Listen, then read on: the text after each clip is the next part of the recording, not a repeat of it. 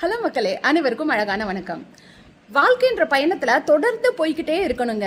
நின்று பார்த்தோன்னா, நின்று யோசிச்சோன்னா எல்லா விஷயங்களும் நமக்கு சிக்கலாக தான் தெரியும். உதாரணத்துக்கு ஒரு பெரிய ஒரு மெட்ரோ ஸ்டேஷன் வச்சுக்கோங்களேன், ரயில்வே ஸ்டேஷன். அந்த ஸ்டேஷனில் நிறைய ஒரு ட்ராக்கெல்லாம் இருந்துகிட்டே தான் இருக்கும். அந்த ட்ராக்குகளெல்லாம் நின்று பார்த்தோன்னு வைங்களேன், நமக்கு ரொம்ப கன்ஃபியூஸாக இருக்க மாதிரி இருக்கும். அதே நேரத்தில் ஒவ்வொரு ட்ரெயினும் ஒவ்வொரு இடங்கள்லேருந்து வரக்கூடிய ட்ரெயினோ போகக்கூடிய ட்ரெயினோ போய்கிட்டே இருக்கும்போது வந்துகிட்டே இருக்கும்போது சிக்கலே இல்லாமல் எப்படிடா இது பார்க்கும்போது அவ்வளோ கன்ஃபியூஸ்டாக இருந்தது. ஆனால் எவ்வளோ அழகாக அதில் பயணப்பட்டு போகுது அப்படின்னு நமக்கே ஒரு நிமிஷம் ஆச்சரியமாக தோன்றதில்ல. அந்த மாதிரி தாங்க வாழ்க்கையும். நிறைய நேரங்கள்ல இல்லை, நம்ம ஒரு பிரச்சனையை உட்காந்து யோசிச்சுக்கிட்டே இருந்தோம்னா அது பெரிய பிரச்சனையா பெரிய சிக்கலாக நமக்கு தோணும்.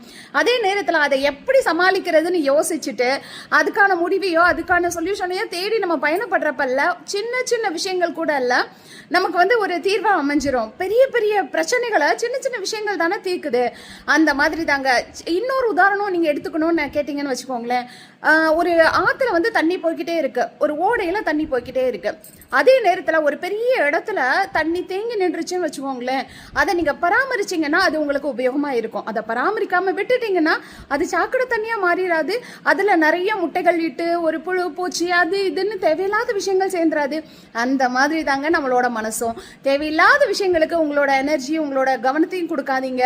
சின்ன சின்ன விஷயங்களையும் கடந்து போகிறதுக்கோ இல்லை அது என்னது அப்படின்றது யோசிச்சு அதுக்கான சொல்யூஷனை தேடிட்டு பயணப்பட்டுக்கிட்டே இருந்தீங்கன்னா உங்களுக்கு வாழ்க்கை ரொம்ப அழகாக இருக்கும். எந்த ஒரு விஷயமும் பெரிய ஒரு பிரச்சனையாக உங்களுக்கு தோணாதுன்றதை மறந்துடாதீங்க.